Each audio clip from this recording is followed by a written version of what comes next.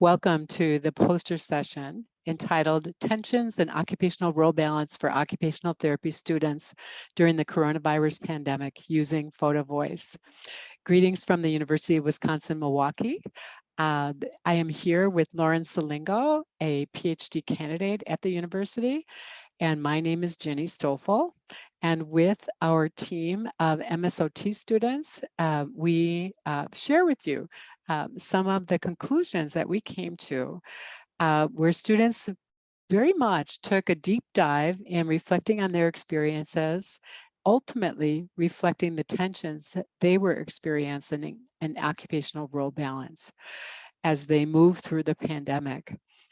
We had the great opportunity to not only hear from a group of MSOT students, but also OT doctoral students a year later who continue to move with the changes that we've all experienced during the pandemic. What we know is that this disruption of the pandemic caused huge changes in the learning platforms that were used, the learning experience, the level of social connectedness, and the level of stress and mental health issues that everyone experienced. We know that here in the United States and across the world, there's been a focus on what this lived experience has been so that we can intentionally provide a stronger learning experience for our future practitioners.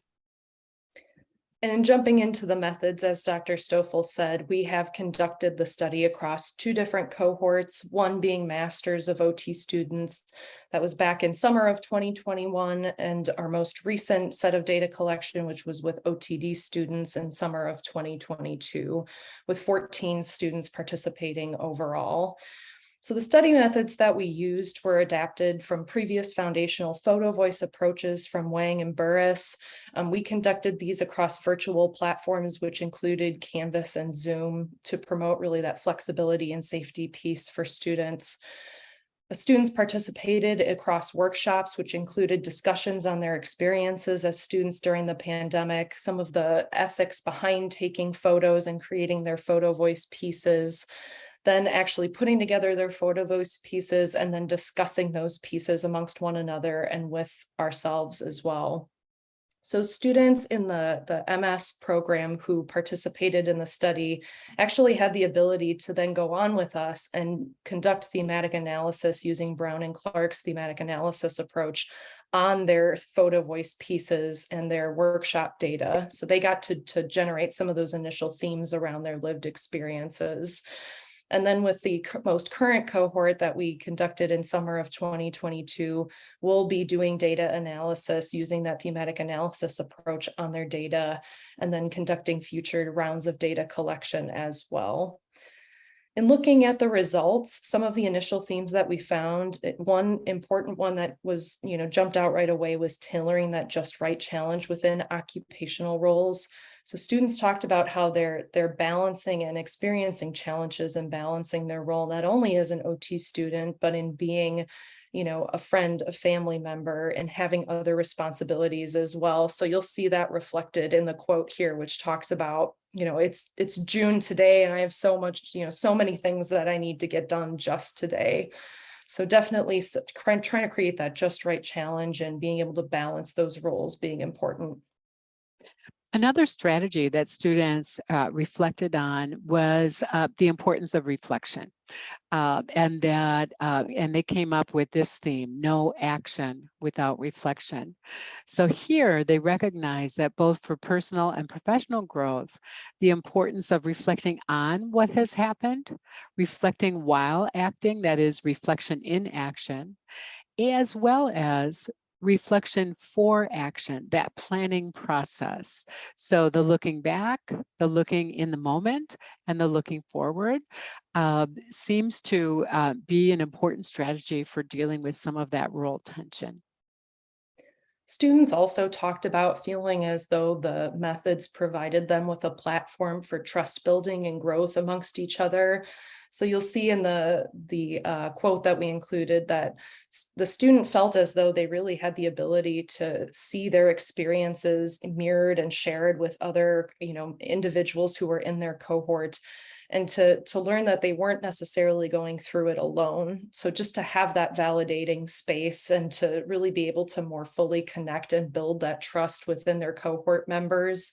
And this is important for OT educator stakeholders to be mindful of in trying to create platforms for students to be able to share those experiences, to have the opportunities to build that trust and collaborative growth with one another, both inside and outside of the class.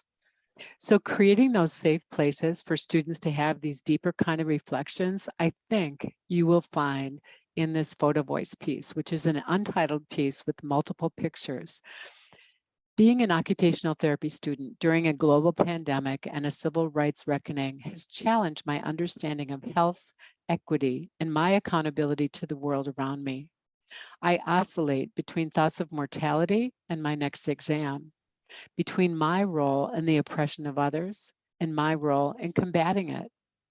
These texts of my life overlap in new ways every day, sometimes offering hope and sometimes apathy.